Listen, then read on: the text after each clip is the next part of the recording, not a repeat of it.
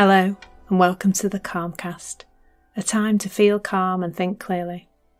I'm Clare, the Queen of Calm, a transformational life coach. I was a burnt out head teacher who finally made the journey to calm after years of trying, and I want to prevent you from having to do the same. The Calmcast is a series of short explorations, gently guiding you back to your natural state, which is calm and clarity. Just listen like you would listen to music, with an open mind and curiosity. There's nothing else to do. Now let's relax into today's episode.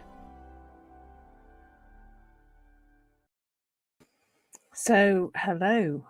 I've only just made it this morning. In fact, I am a minute or so later than normal doing this, because I've been for a lovely walk today in the dry weather, which at the moment in the UK is a bit few and far between the dry days. We've had a lot of rain, but that is the nature of life, isn't it? It's this amazing fluctuating thing, and for us too. And I think maybe if we all saw that our nature is to fluctuate, then we would all have a much nicer experience of life, because we wouldn't be so bothered about the fluctuations. And that really does, lead us beautifully into this topic. And as as somebody who helps reveal people's potential, I call myself now a human potential catalyst. And I've just realized that the intro to this actually says I'm a transformational life coach. So probably need to change that, don't I? But that's what I kind of call myself, is a human potential catalyst, because there's something to be seen around who we really are, and something that is often hidden from us is our potential. And part of what hides it is this idea that we're supposed to be one thing all the time. And so today, exploring mindfulness is a really interesting topic. And the first thing that I'd like to say about mindfulness is that it is not a tool or a technique. It is not a course. It is not something you have to do or make yourself be. It is yet another one of these natural states that we as human beings have access to all the time. So when I talk about cultivating mindfulness, it may well sound like I'm inviting you to do something to cultivate mindfulness. But in actual fact, maybe all my titles should be revealing. Revealing mindfulness for effortless productivity would be a better title. I always do this, don't I, with the titles I set off, and then I decide the titles are the wrong titles, which is fine. Because the mindfulness or presence, I actually prefer the word presence maybe, is a natural state. And as usual, check out the small people, they are mindful, they are in the present moment, they're not in their thoughts about the future or the past. And if you ask a little child something about the future, are you excited about Christmas, for example? Did I just say that word in July? They would immediately go, oh, yeah, really excited. But then they would they're saying that because you've asked them a very specific question. And then they're back on with the thing that they're on with, having fun, enjoying themselves. They don't stay caught up in a conversation about the future, because that's not how their little heads have learnt to be yet. But our heads, of course, have learnt to be in the future, in the past. And I really do think through our experience of the people who spoke around us. So, I would have said that I had more of an inclination. Maybe I had a bit of both, actually. I think I always was a bit of a worrier in the past, but I also would have spent time a worrier, and spent time in the future thinking, and then I would have spent time in the past as well. And I think we just learn that from from being around people who are talking like that, because people do talk like that, don't they? They talk about the future, they talk about what's coming, you know. I always feel mildly amused when I'm in any kind of business networking things and people are talking about the economy and what it's going to do next. And is anybody accurately predicting what's going to happen with the economy or anything else for that matter? I suspect not. I suspect they're not doing that. Except that, of course, when we do say something's going to happen in the future, if we think, you know, if we then take action towards that, we might make that happen because that's how it works, doesn't it? But generally speaking, we're thinking about the future and we're thinking about the past. And when I say cultivating mindfulness, really what I mean is really the embodiment of this lovely quote from Eckhart Tolle, which is the moment you notice you are not in the present moment, you will naturally fall into the present moment. And really, in this conversation, all I'm encouraging is awareness. But there are some helpful things to know about what it feels like to not be in the present, to not be mindful. And that is that it feels awful. You think a lot about the past and ruminate, or you think a lot about the future and you'll feel awful. It's really that simple. It's no more complicated than that.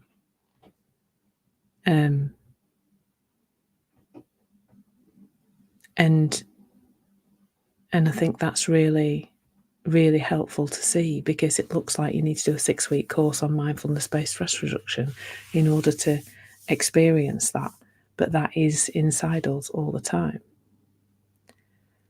So that's the first thing, is it's not as hard as we've been led to believe by people who well-meaningly told us that we needed to do a 6-week mindfulness course. And I've done them, you know, I even learnt to teach it at one point, because I could see the benefits of the mindfulness aspect. I could see the benefits of helping people to be in the present moment more. And I could see the benefits of it for myself. And in terms of productivity, it's really cool to be in the present moment, because what I see a lot with my clients is that there's a lot of freeze going on with productivity, I think. And that comes from looking at all the things, or thinking about all the things we have to do, and then not doing anything, because it all looks too much and it looks like we have to do it all at once. And I think overwhelm is just looking at everything that we have to do that's on our list, for example, and thinking we have to do it all now. That's all that overwhelm is, really. But overwhelm creates a lot of freeze, which means that people tend to then not do anything at all. And it's interesting, actually. I've been noticing a little bit of that in myself recently, because I've got quite a few bits on at the moment, and I'm noticing a little bit of friction there, a little bit of avoidance. So it's fun to see it. I don't need to do anything about it particularly, but it is great to see it, to be able to see it happening. Whereas before I would have just avoided and not known it was really going on. So that's the first thing, is that overwhelm comes from thinking we've got to do it all now. That's that kind of overwhelming thinking comes from not being in the present moment. Because when we're in the present moment, we literally are pressing the next key on the keyboard. We're doing the next thing on the list. I was doing a live on Insight Timer a few days ago, and somebody said, you know, they'd heard this quote, which was, how do you eat an elephant? Well, one bite at a time is the answer. Because that's it, isn't it? How do you do anything? Well, one keystroke at a time. You know, if you're typing something, you've got to write a blog, or you've got to write a book, or writing a book. That's the one that stalls a lot of people, isn't it? Or you've just, like, I remember recently I had I was working on my Constant Calm coaching program, and I was like, I could feel the kind of sense of needing to have some kind of inspiration to get started with this document. And in fact, what happened when all I did was, the next step really was to open the document. Once I opened it, the next step was to just read some of it and start reading it. And then the next step was to go, oh, actually, that this is in the wrong place. That's in the wrong place. Let's start moving it around. And before I know, and then, I need to have this bit here. Excuse me, I really want people to know about this, so I'll put that in there. Oh, this is a great metaphor, I'll put that there. And before I knew it, I'd created this course.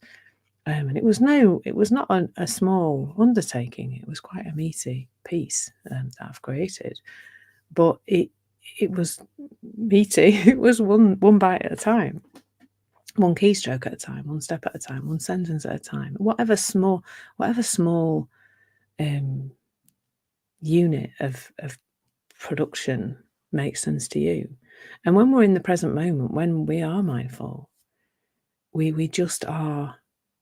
We then go into this flow state, because from moment to moment to moment, we're just doing the next thing that makes sense, and the next piece falls into place.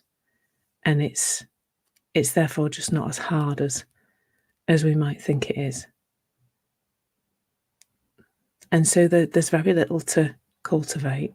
That's the first thing, just as a recap, because mindfulness is available to you right now. That is not, it's not something you need to go learn to do from the outside in.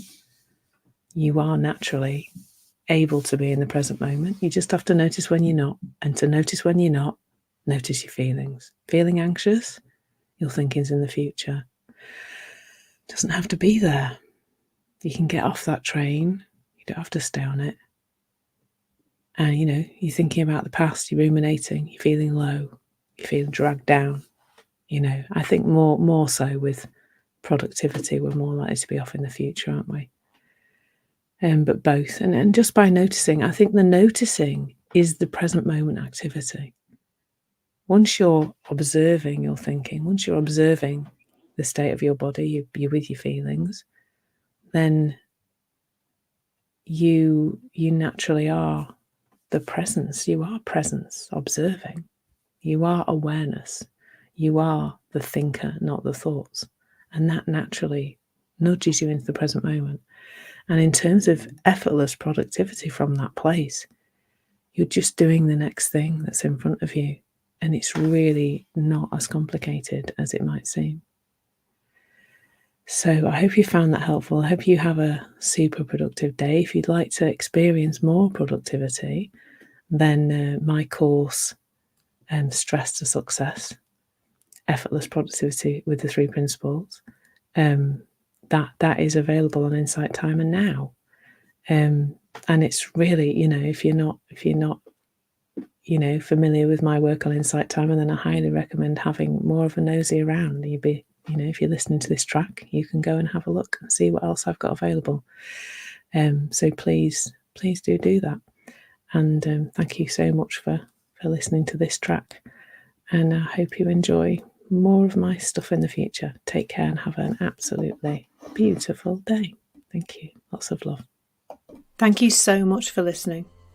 There's nothing to do now but bring some awareness to how this is working out in your life.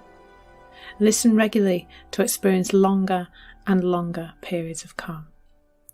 This has been the Calmcast with Clare Downham, Queen of Calm. Take care and keep listening.